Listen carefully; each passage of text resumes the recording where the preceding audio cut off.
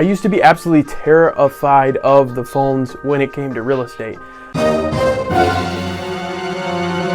remember the first time I tried cold calling, I actually was hoping that the person on the other line would not pick up. That's how terrified I was. It was partly because of inexperience, it was partly because of fear of rejection, which is big in cold calling.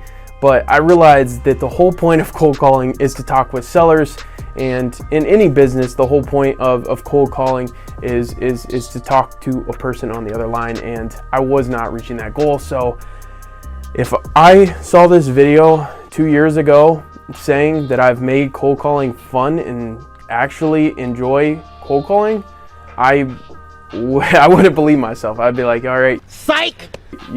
April Fool's is not true, but in this video I'm gonna show you how I've actually made cold calling fun thanks to a few YouTube videos and influencers that I've watched, and they brought up some things and I said that's a great idea, and I tried it out and they're 100% right. So find out what that is in this video. Let's just get right into it.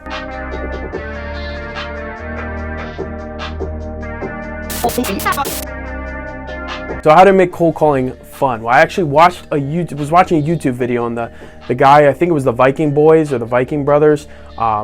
Sorry if I botched that up, but he was playing Madden while cold calling. And for me, I used to love Madden. I used to play competitively throughout middle school and early high school. And so I was like, wow, okay, he plays Madden online while he cold calls. So he does something that he enjoys doing to make cold calling, more entertaining or more exciting, I guess. Because sometimes if you're sitting cold calling, and I definitely recommend having a dialer such as Mojo or Zen Call or Zen Dialer, whatever it's called. Definitely have a dialer, because it's just going to call these numbers 3 at a time, up to even 12 on some dialers. It's going to continuously call, and when someone answers, boom, you'll hear him talking, and then you can talk to them. So he basically would play Madden while he did this, so I decided I gotta give this a try. So I tried it out, and I smashed the like button on this video down below. Really would appreciate it. And I tried it out, and I actually really enjoyed it.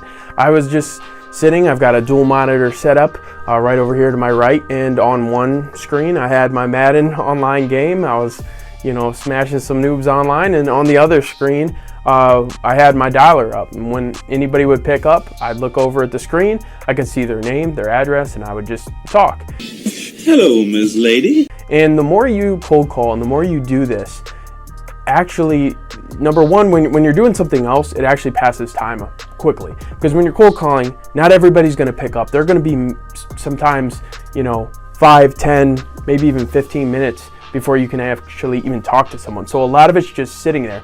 So if you can do something to pass time that's mindless, that you enjoy doing, number one, it's going to pass time, and number two, it's also going to relax your nerves. If you're doing something mindless that you enjoy doing, you're going to get into a groove, and when people answer and you get rejected, that's fine. That's part of what cold calling is.